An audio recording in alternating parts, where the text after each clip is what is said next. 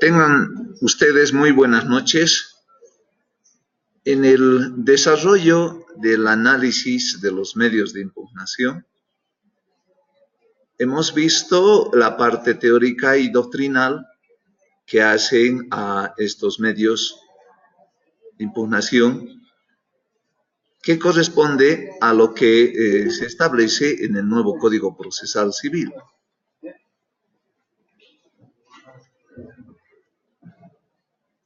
En esta sesión corresponde ingresar específicamente a los recursos procesales que son considerados como los medios de impugnación por excelencia,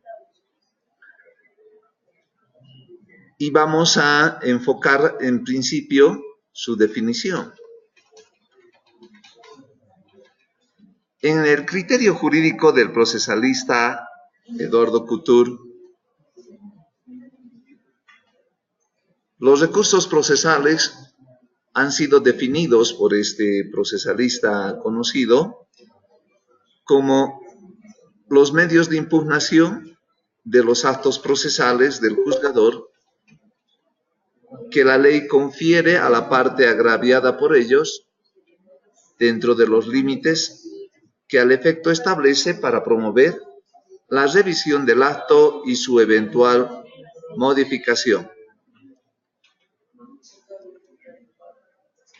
Entonces, este procesalista considera a los recursos procesales como aquellos medios que promueven la revisión del acto jurídico procesal en función o con la finalidad de lograr su modificación, ya sea total o parcial, dependiendo del error o vicio producido en el acto que ha emanado del órgano jurisdiccional.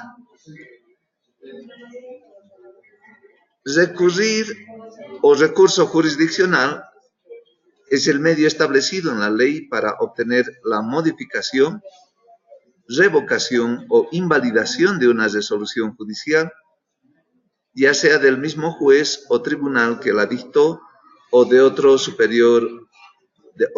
de superior jerarquía.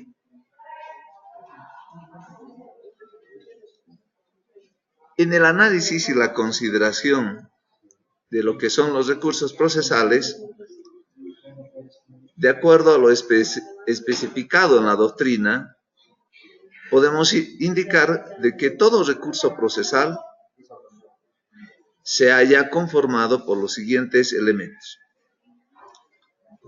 Primero, en todo recurso se encuentra una resolución judicial que es impugnada, llamada en doctrina resolución recurrida. En segundo lugar, el otro elemento que vamos a establecer es que existe un litigante agraviado por la resolución judicial que busca impugnarla y que se denomina el recurrente. Un tercer elemento ha de establecer un juez o tribunal que la ha dictado, e indicamos que puede ser juez cuando se trata de un órgano jurisdiccional unipersonal, o tribunal cuando este es colegiado, compuesto de dos o más autoridades judiciales, y que se denomina como juez o tribunal acuo, o de primera instancia o inferior. El cuarto elemento que tiene que ver con un juez o tribunal que va a conocer del recurso interpuesto por el recurrente. Este juez puede ser unipersonal o tribunal de carácter colegiado, se denomina ad quem, o de segunda instancia o superior. Y un quinto elemento que tiene que ver con una nueva resolución judicial que puede confirmar, modificar, revocar o invalidar la resolución recurrida. Entonces, Los recursos procesales han de ser compuestos por estos 5 elementos y que son considerados como tal por la doctrina.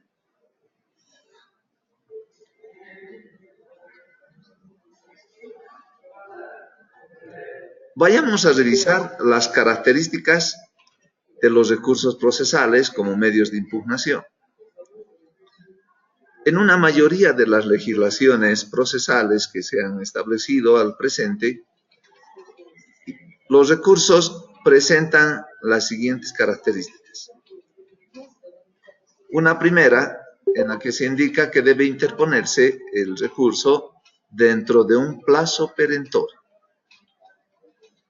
Cuando hablamos del carácter perentorio del plazo, nos referimos a que la ley ha determinado un espacio de tiempo en el que se puede hacer o utilizar las facultades de interposición de este medio de impugnación. Cumplido el plazo y llegado a su término, al último día en el que se considera fenecido el mismo, se cumple y por lo tanto no se puede realizar ningún acto impugnatorio posterior al vencimiento del plazo y no requiere el pronunciamiento expreso de la autoridad ni ninguna otra formalidad que la de cumplir el plazo. Entonces, esa característica es denominada como el carácter perentorio del plazo.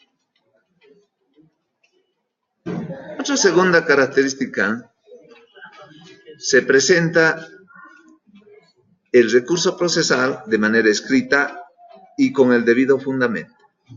Eso se ha revisado en su oportunidad y se dijo de que el alma mater, la esencia misma del medio de impugnación, en este caso del recurso procesal, es el fundamento. Asimismo, en algunos casos se exige acompañar algún tipo de documentación o cumplir ciertas formalidades. Esos son los requisitos que se exige para la presentación del recurso procesal como tal. Una tercera característica del recurso procesal es de que se presenta ante el mismo juez o tribunal que dictó la resolución. Está la resolución recurrida. Y excepcionalmente, directamente ante el juez o tribunal al que corresponde conocer del recurso. La regla general es de que el mismo juez que dictó la resolución, que es objeto de la impugnación, será el que deba admitir el recurso contra su propia resolución.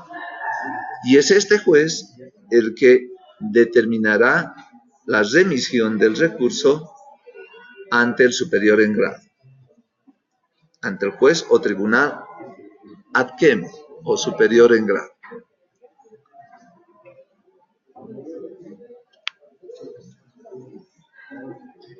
Siguiendo con el análisis de las características de los recursos procesales, podemos encontrar una cuarta característica que se refiere a que su conocimiento y fallo le corresponde al superior jerárquico del juez o tribunal que ha pronunciado la resolución recurrida. Y en algunos casos, por excepción, le correspondería al mismo tribunal que dictó la resolución.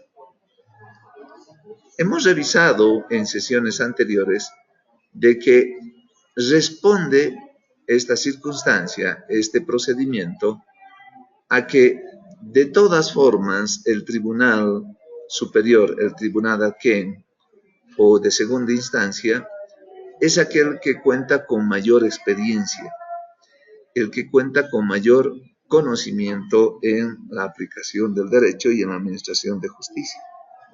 Y por lo tanto es el llamado por ley a revisar el recurso que impugna una resolución judicial de un juez u órgano jurisdiccional inferior.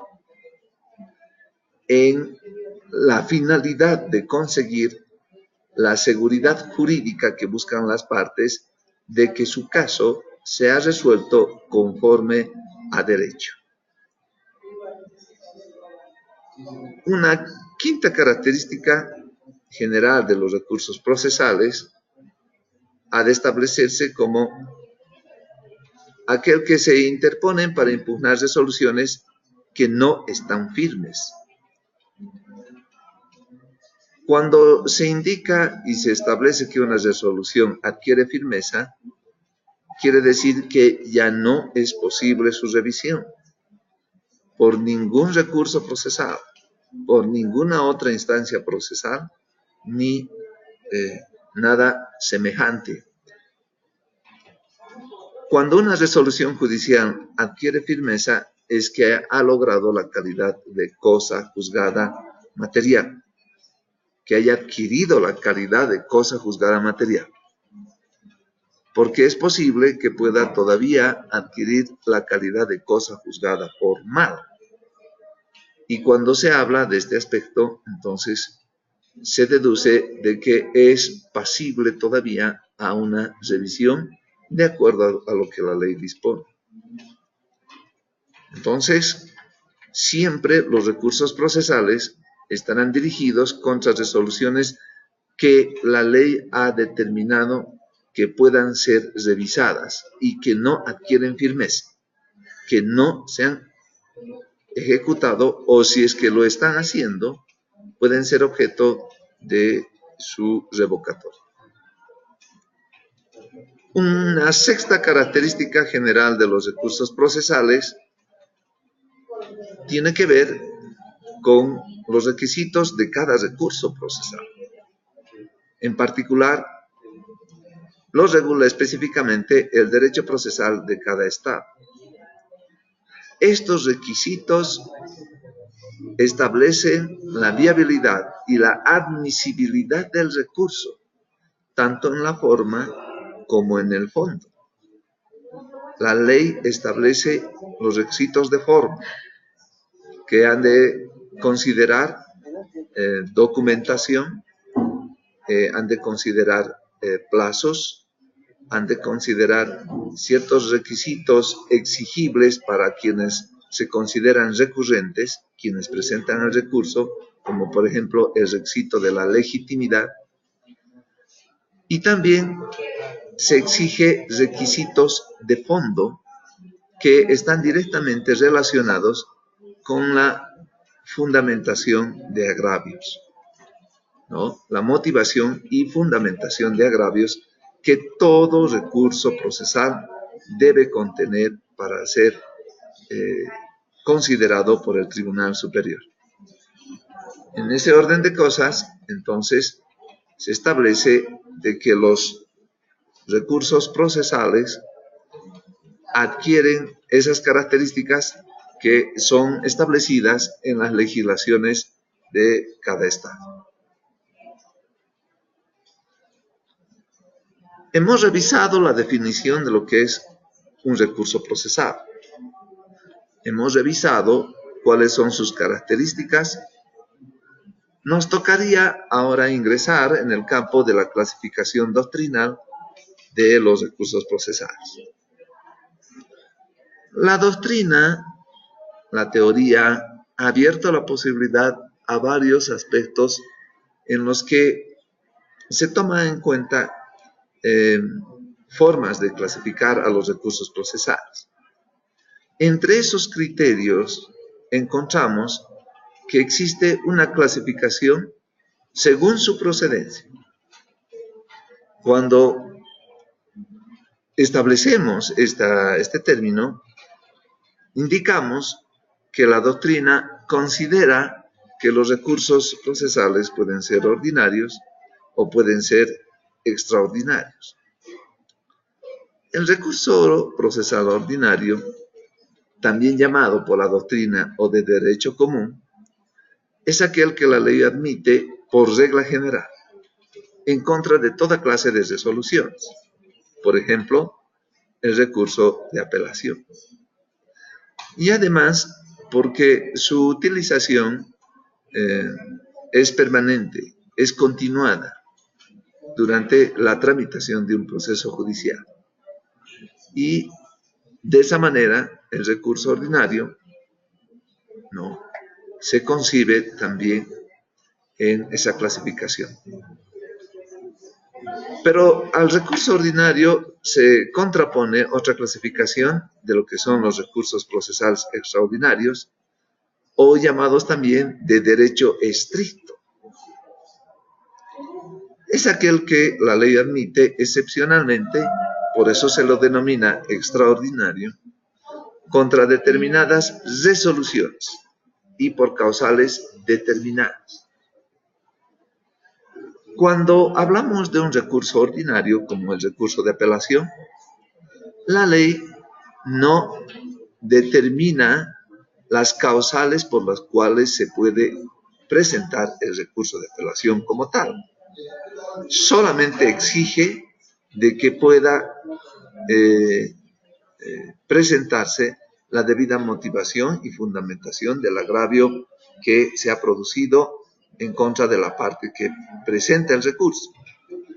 En cambio, en un recurso extraordinario, la ley es la que determina las causales por las cuales este recurso pueda ser presentado. Y si no ingresa dentro de esas causales, no será admitido como tal. Entonces, generalmente se trata de recursos de derecho, como lo llama la teoría, ¿no?, que van a ingresar a la consideración y el análisis de lo que es el derecho. Por ejemplo, en este grupo se encuentra el recurso de casación o el recurso de nulidad, según algunas otras legislaciones, el recurso de revisión extraordinaria de sentencia.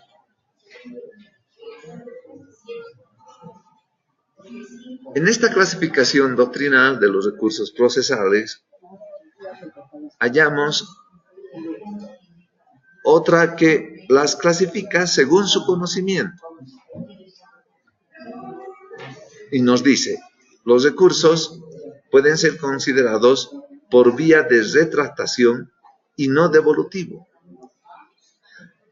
Esa clasificación indica que es aquel que conoce el mismo juez el recurso o tribunal que dictó la resolución recurrida. En la doctrina también se la conoce bajo la denominación de remedio judicial. Por ejemplo, en este grupo se encuentra el recurso de reposición, que su efecto es de que el mismo juez que ha dictado la resolución que es objeto de impugnación es el que debe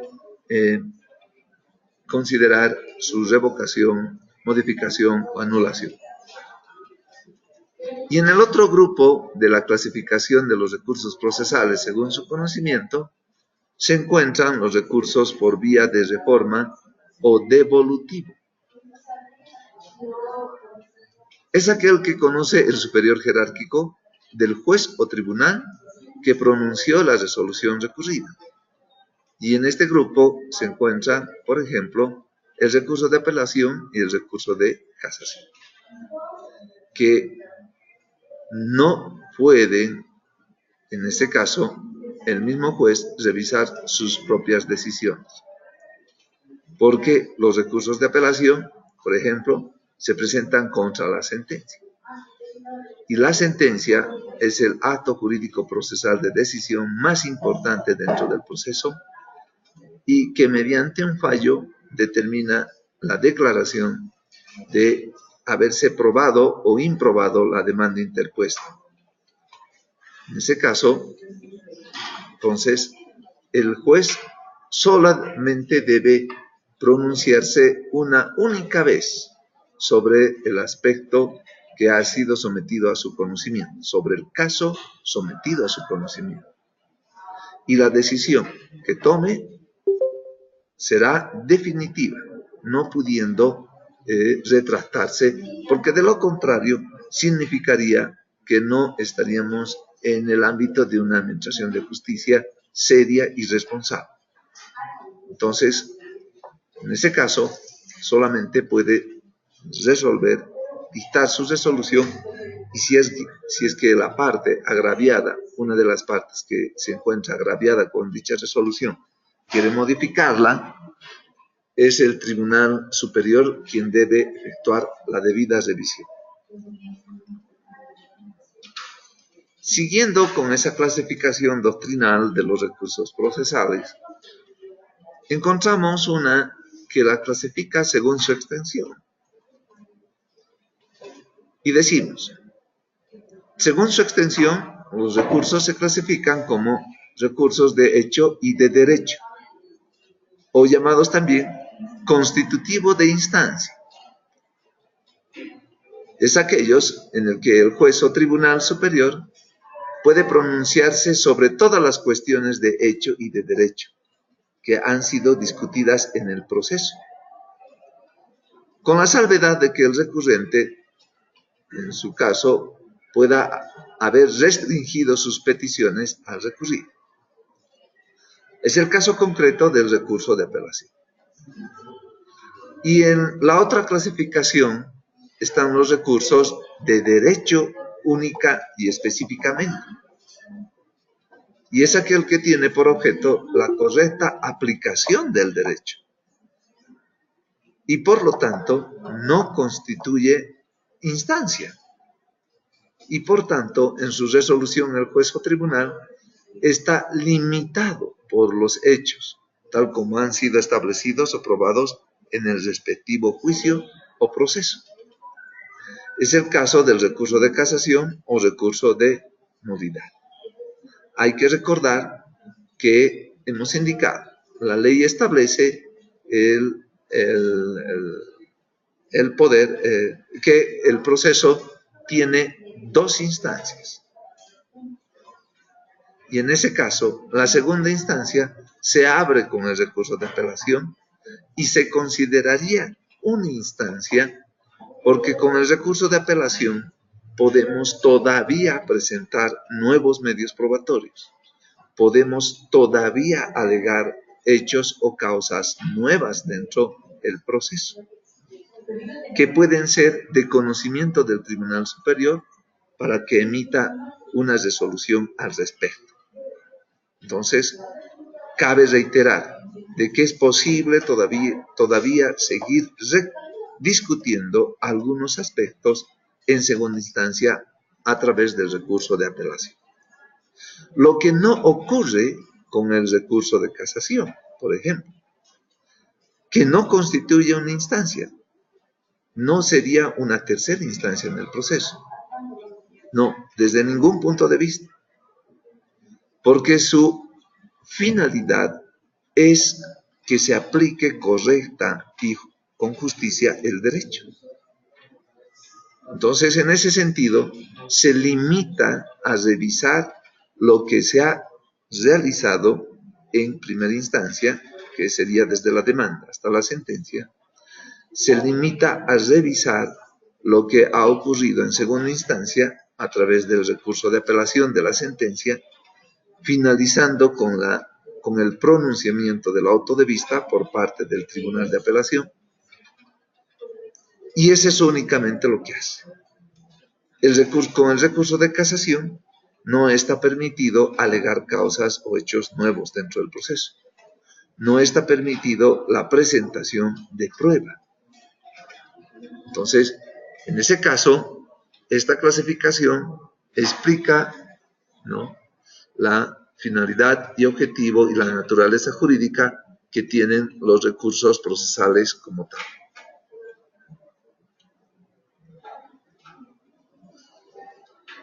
En nuestro actual Código Procesal Civil no se habla de esa clasificación tal como lo hemos expresado hace un momento atrás.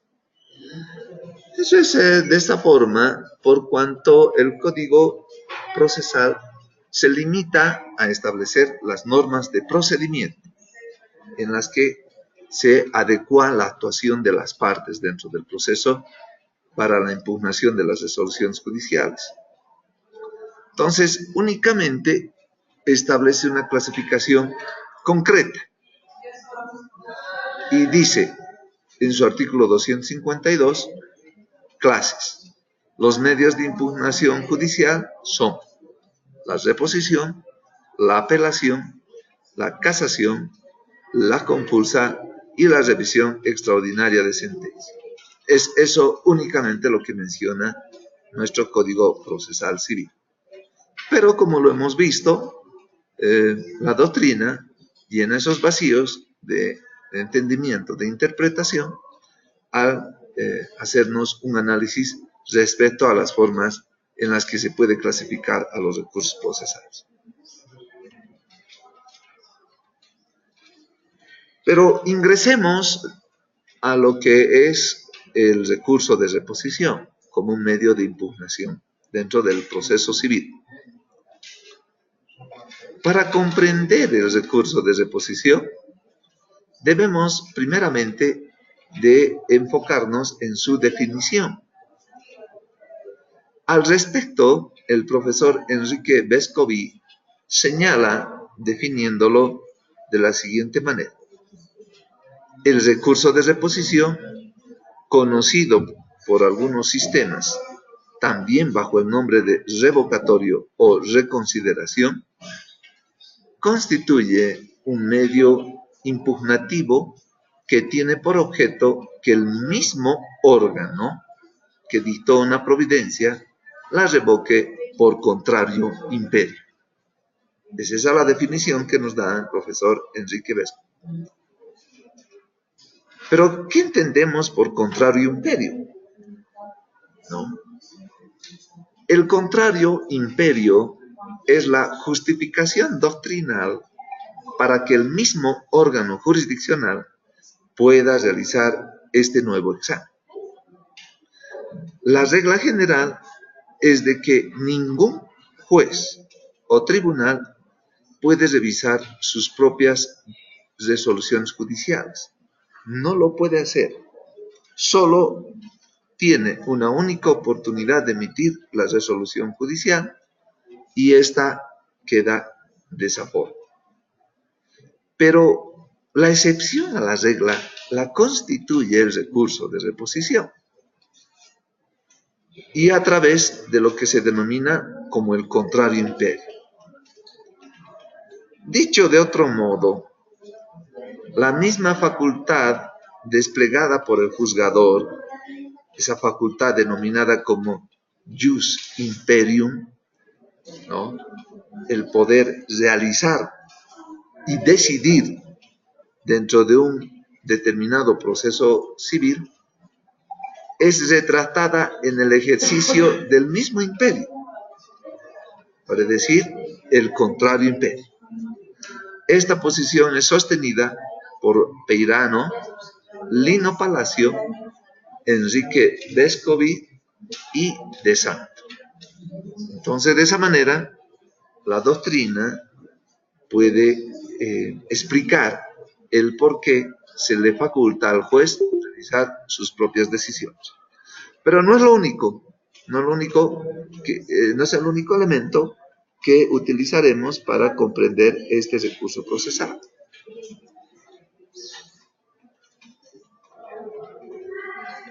El recurso de reposición, nos dice el artículo 253, procederá contra las providencias y autos interlocutorios con objeto de que la autoridad judicial, advertida de su error, los modifique, deje sin efecto o anule. El parágrafo segundo de este artículo 253 indica: este recurso podrá plantearse en cualquier momento del proceso, inclusive en ejecución de sentencia, si la naturaleza de lo resuelto lo permite. Analizando estos dos parágrafos del artículo 253, podemos llegar a considerar lo siguiente. El recurso de reposición cuestiona los decretos, o también llamados así de esa forma, o providencias de mero trámite. tal como lo establece nuestro actual Código Procesal Civil, ¿no? En lo que se establece a partir del artículo 209, que nos habla acerca de las providencias. O resoluciones que no corten el procedimiento ulterior, o decidan cuestiones que no versan sobre el objeto principal del litigio. Entonces, en este caso, tomemos en cuenta de que el recurso de reposición, ¿no?, en teoría, está dirigido a impugnar una resolución como un decreto o una providencia que establece una discusión menor dentro del proceso. Una discusión que no afecta, no tiene que ver con el objeto principal del litigio. Sí tiene relación, pero no tiene que ver con el fondo de la discusión. Porque las características de los decretos o providencias son la simplicidad y la carencia de motivación. Y eso lo dice específicamente el artículo 209, cuando indica de que las providencias solo tenderán al desarrollo del proceso y ordenarán actos de mera ejecución. Entonces, las providencias son resoluciones que ayudan a la continuidad del proceso, ayudan a su trámite. Y ya lo dice, ordenan actos de mera ejecución. Inclusive, existen providencias en las que únicamente existen 2 o 3 palabras para ayudar al desarrollo del proceso. En ese caso, no requieren otras formalidades que expresarse por escrito, indicarse el lugar, fecha y la firma de la autoridad judicial que la ha dictado. Inclusive, estas providencias o decretos pueden no ser emitidas por escrito, sino oralmente. Especialmente ahora, cuando el proceso civil tiene la característica de la oralidad. Entonces, nos damos cuenta de que por ese motivo el recurso de reposición puede ser interpuesto para que el mismo juez que dictó la resolución la modifique o la deje sin efecto o la anule.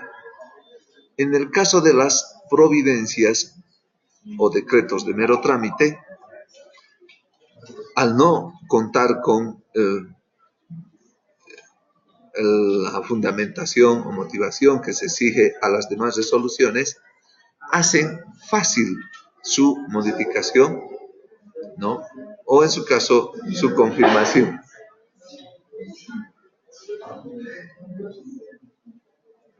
El párrafo 2 del artículo 253 nos dice: este recurso podrá plantearse en cualquier momento del proceso, inclusive en ejecución de sentencia, si la naturaleza de lo resuelto lo permite. Entonces, esa es la única condición que se pone para que ésta pueda ser presentada en ejecución de sentencia. Continuando con lo que es el recurso de reposición, vayamos a revisar cuál es el procedimiento. El artículo 254 nos dice lo siguiente: este recurso se interpondrá verbalmente en la audiencia. Esto se ha regulado de esta manera porque actualmente el proceso civil oral consta en su magnitud en su tramitación de 2 audiencias, una audiencia preliminar y una audiencia complementaria.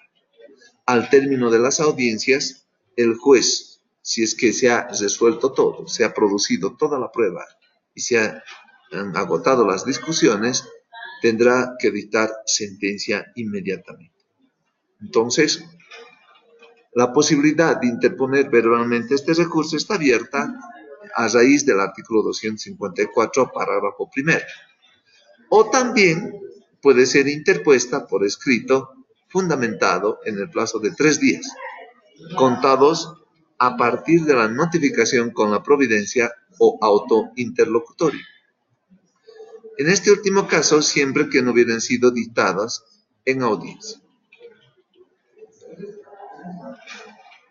Esto nos hace ver de que el recurso de reposición no exige un riguroso formalismo para alcanzar sus propósitos. Vale decir, la misma regla le es aplicable a la resolución que lo provee, ¿no? Puede ser interpuesto, lo reiteramos, de manera verbal, si se da en audiencia, y se resuelve de inmediato sin suspender la audiencia. Cuando estamos en uno de estos actuados orales, entonces, simplemente podemos hacer mención de su interposición, una motivación o fundamentación rápida que ayude a comprender el por qué se está interponiendo este recurso y será suficiente para que el juez, al ser presentado como tal, lo resuelva.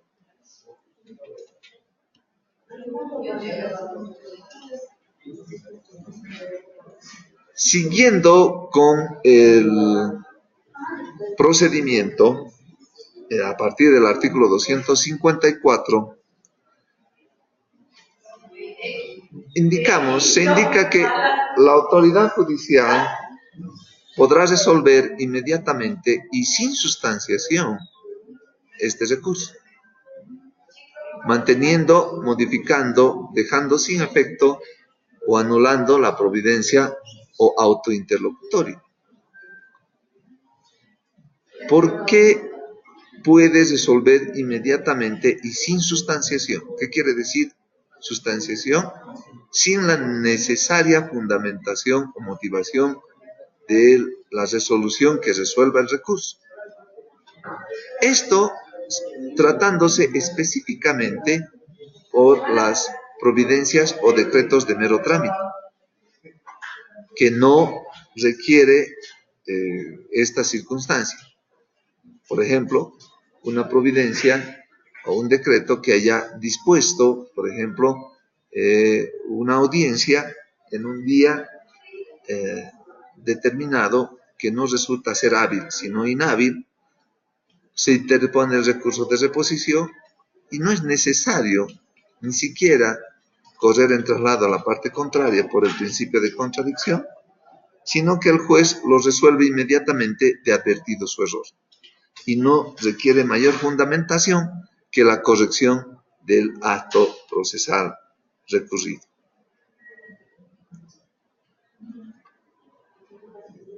Esto, entonces, tiene que ver con que esta resolución inmediata y sin sustanciación específicamente se refieren a lo que son las providencias o decretos de mero trámite.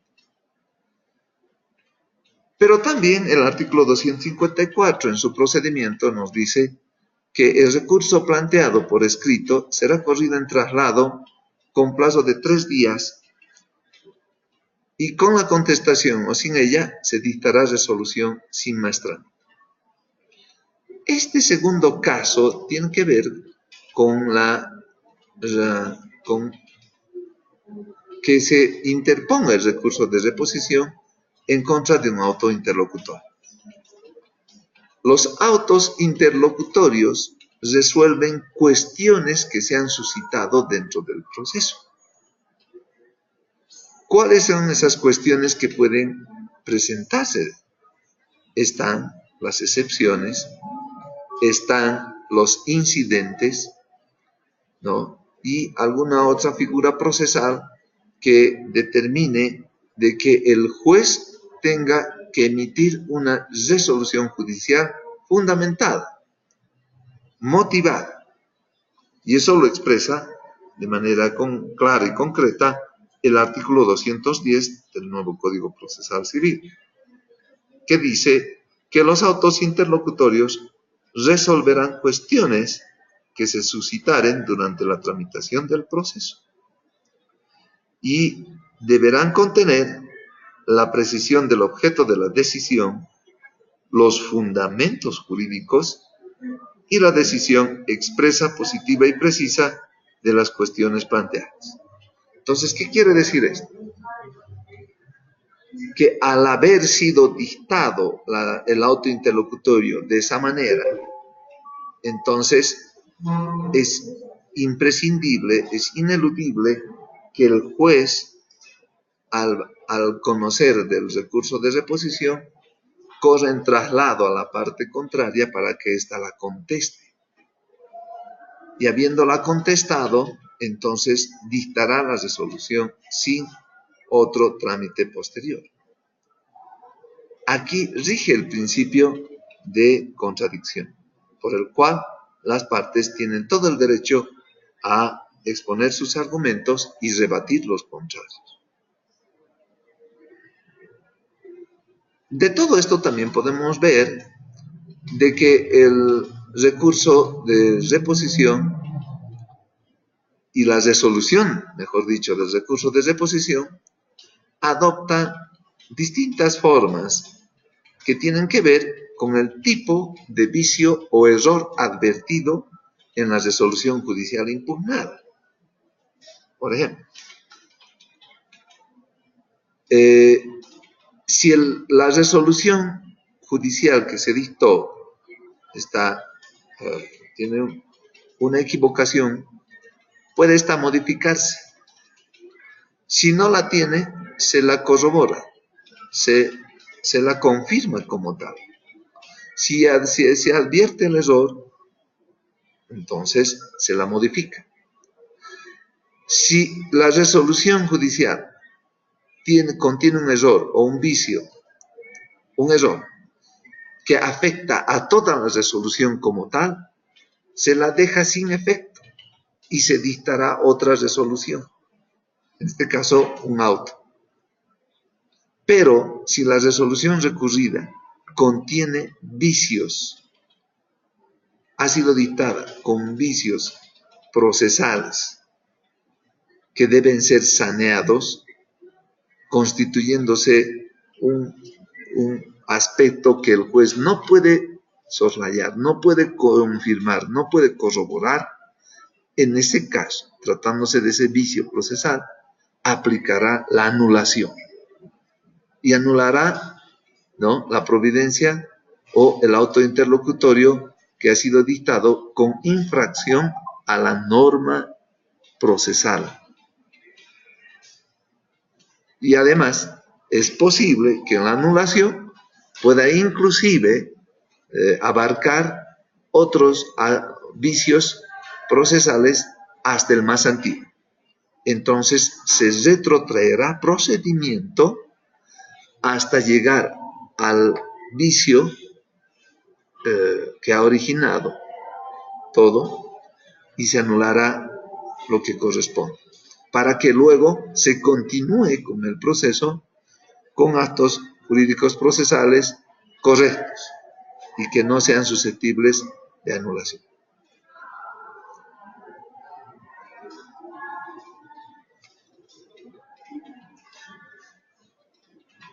El artículo 254, en lo referente al procedimiento, habla también de que el recurso de reposición planteado en la audiencia contra providencias será contestado en la misma y deberá ser resuelto inmediatamente. Bueno, lo que hemos dicho hace un momento atrás. Pero hace conocer también de que la apelación contra los autos interlocutorios podrá ser alternativa del recurso de reposición, debiendo deducir ambos recursos de manera conjunta. En el anterior Código de Procedimiento Civil, que ha sido dejado sin efecto por este nuevo Código Procesal, se conocía esta circunstancia como el recurso emergente. Pero acá, la última parte de la norma determina la posibilidad de la apelación contra únicamente autos interlocutorios, y no así simples providencias, debiendo deducir ambos recursos de forma conjunta. ¿En qué caso esto se presenta? Si estamos presentando un recurso de reposición y tenemos la probabilidad de que el juez no modifique o deje sin efecto la resolución recurrida, que en este caso es un auto interlocutorio, y tenemos la probabilidad de que se confirme la resolución y no se nos haga valer este recurso de reposición, entonces su planteamiento tendrá que ser bajo alternativa de la apelación.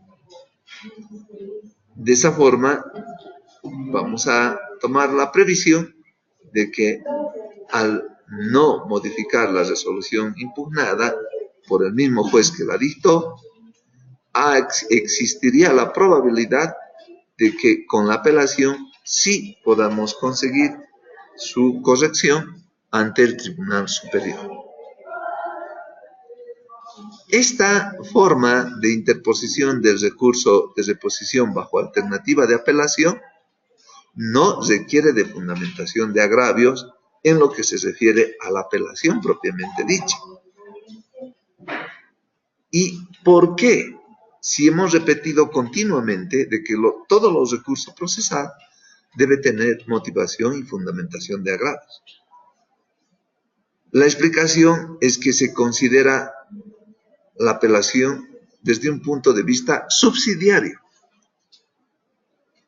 tomándose en este caso en cuenta el contenido del memorial de fundamentación del recurso de reposición como suficiente para que la apelación pueda subir y lograr la modificación o dejar sin efecto la resolución recurrida. Entonces, es recomendable de que cuando uno interpone un recurso de reposición bajo alternativa de apelación, pueda expresar de manera cabal, concreta y precisa los fundamentos del recurso interpuesto, del recurso de reposición interpuesto, porque habrá de establecerse que a lo mejor servirán como fundamento ante una apelación alternativa. Finalmente, en lo que concierne al plazo, es igual de simultáneo para ambos recursos.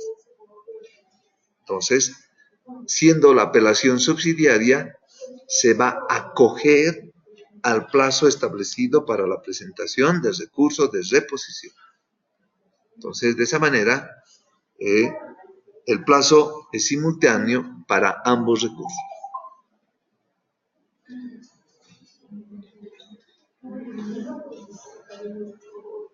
Siguiendo con el análisis del recurso de reposición, el artículo 255 del nuevo Código Procesal Civil habla de la irrecurribilidad de la resolución.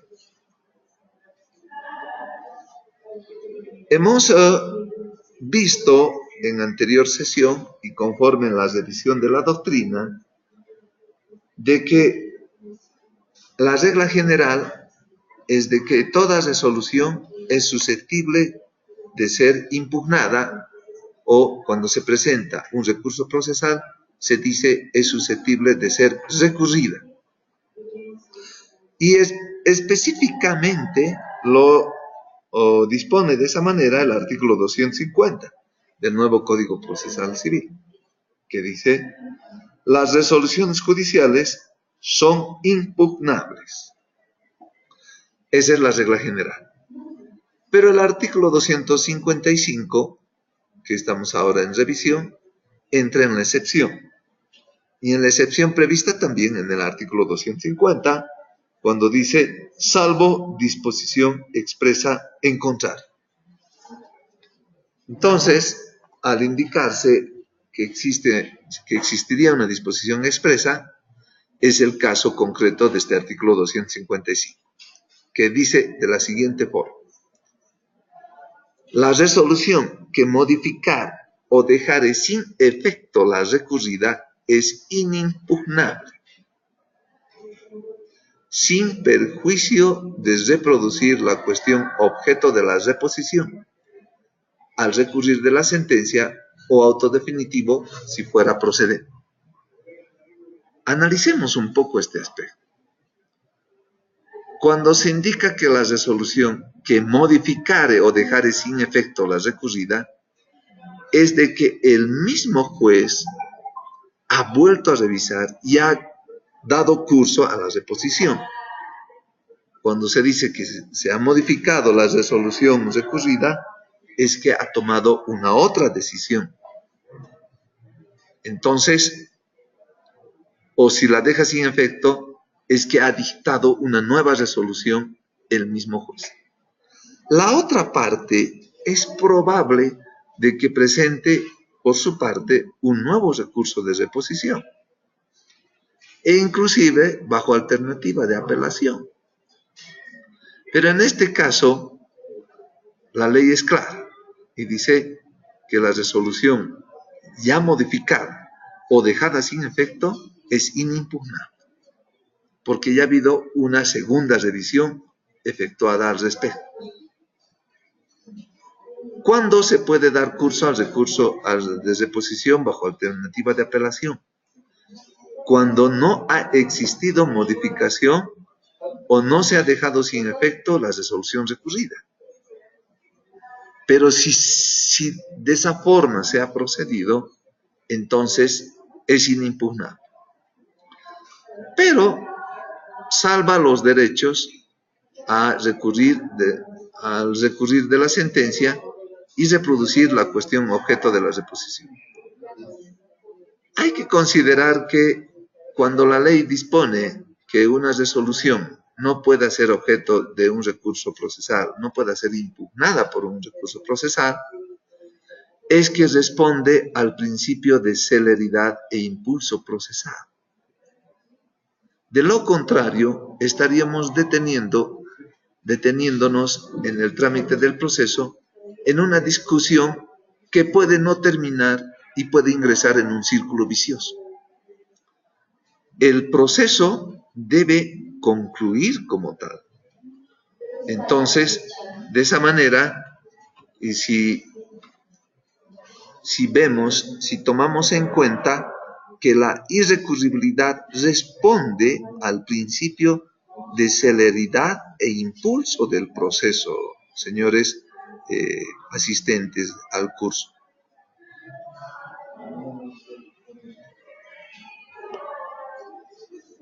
Por cuanto no atenta al derecho a la impugnación de las partes, ¿no? Se ha dicho que la Constitución misma garantiza el principio de impugnación de las partes, que pueden impugnar toda resolución. No está atentando el que se declare irrecurrible una resolución. Ya se ha dado lugar a que pueda esta ser modificada y se lo ha hecho de esa forma, es lo que dice el artículo 255.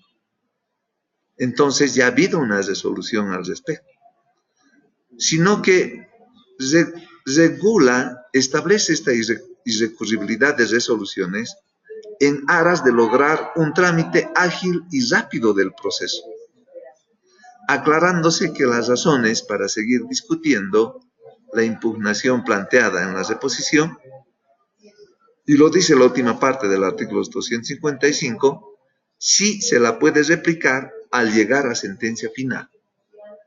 ¿En dónde? ¿En qué momento? En una consiguiente impugnación de la sentencia por vía de la apelación. Entonces, si ustedes toman en cuenta ese aspecto, entonces no se atenta al derecho a la impugnación de las partes dentro del proceso.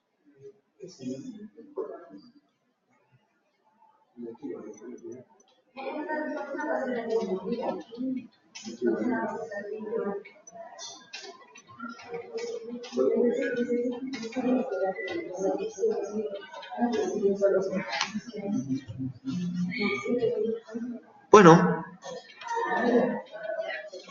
con esto, con la consideración de este último artículo, habríamos culminado esta sesión correspondiente a la segunda semana del módulo 4 de los medios de impugnación. Y bueno, si es que hubiese alguna consulta, algún interrogante respecto a lo que estamos ahora atendiendo, que son específicamente los recursos procesales, entonces estoy dispuesto a absolver cualquier duda. Tienen la palabra, señores asistentes del presente módulo.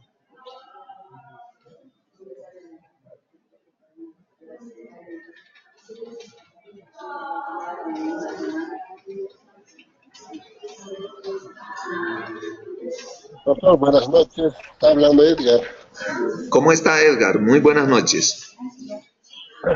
Tengo una duda, doctor, un poco tarde. No sé si es que nos podría explicar o explicarme a mí, por favor, sobre el trabajo y sobre el examen, cómo va a ser el modo de calificación, doctor. Lucito, por favor, quisiera saber.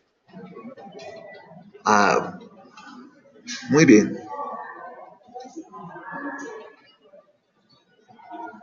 En cuanto se refiere a la manera de calificación de los trabajos y del trabajo final, eso es lo que entiendo, su consulta. ¿Verdad, Edgar? Sí, doctor, eso le decía porque en la primera sesión que no he podido participar, pero todavía no está la grabación. Sí. El día lunes hemos terminado. Bueno, ha habido un problema el miércoles, no ha habido conexión de sistema y por eso es que hemos alargado la primera sesión de la semana, las sesiones de la primera semana hasta el día lunes. Entonces, hoy yo estoy subiendo los trabajos que corresponden a la primera semana y les comunico lo siguiente. Son trabajos fáciles de realización. Primero está el mapa conceptual. O sea, todo lo que hemos visto en estas 3 sesiones de la primera semana tiene que ser transmitido o elaborado en un mapa conceptual que nos ayuda a determinar las ideas fundamentales de lo que hemos revisado y nos ayudan a una retroalimentación en lo que estamos realizando dentro del presente curso. Luego se encuentra el ensayo, un ensayo corto, breve, respecto a algún tema complementario que nos ayude a comprender mejor los temas avanzados en la sesión de la primera semana. Y está el cuestionario, que debe ser respondido con preguntas que también son fáciles de responder si es que uno ha realizado la lectura de las diapositivas y de lo que corresponde a lo que es las disposiciones del Código Procesal Civil. Entonces, todo eso ha de tener una calificación de 1 a 100. Calificado de 1 a 100, todos los trabajos en la plataforma se saca un promedio, ¿no? Que se establece porcentualmente. Entonces, si uno ha presentado los mapas conceptuales, los ensayos de semana y ha respondido los cuestionarios, entonces tranquilamente tiene su puntaje ganado para la semana final donde se entrega el trabajo definitivo. Entonces, la forma de calificación es esa, de 1 a 100, todos los trabajos, y todos sumados se saca un promedio, un porcentaje, de acuerdo a las calificaciones asignadas. Esa sería la respuesta, Edgar, a su consulta. Sí, doctor, lo que estoy entendiendo es que tiene que ver un trabajo realizado, el mapa conceptual, y el otro sería un trabajo corto nomás. Un ensayo. Sí, un ensayo que no le va a llevar más de dos páginas, ¿no? Porque no exijo trabajos ampulosos. sino que sea uno puntual, concreto, a la hora de referirse a un tema específico eh, para esos ensayos de semana. Es eso. Pero tiene que cumplir, tiene que subir en los plazos que se ha establecido en plataforma, ¿no? Para no tener inconvenientes al finalizar el módulo. Sí, doctor, lo entiendo, pero el detalle, más o menos, ¿qué ejemplo daría, digamos, sobre el ensayo? Uno o dos ejemplos, por favor, Pero, doctor, aceptarlo. Edgar, subo las instructivas de sobre qué tema va a versar el ensayo. Están las explicaciones en plataforma. Está. Ya, doctor. Sí, el ensayo consiste en este tema, dice, ¿no? Entonces, sobre ese tema ustedes tienen que desarrollar lo que se tiene en teoría, en doctrina, etcétera. Están ahí específicamente eh, establecidos. Está ahí, ¿no? No es así arbitrariamente a lo que uno, digamos, quiera hacer. Ya está dirigido el tema del ensayo y que tiene que ver con un aspecto complementario a lo que se ha llevado en la semana. Entonces, ese es el aspecto que hay que tomar en cuenta.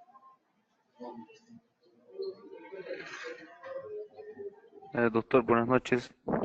Buenas noches, ¿cómo está?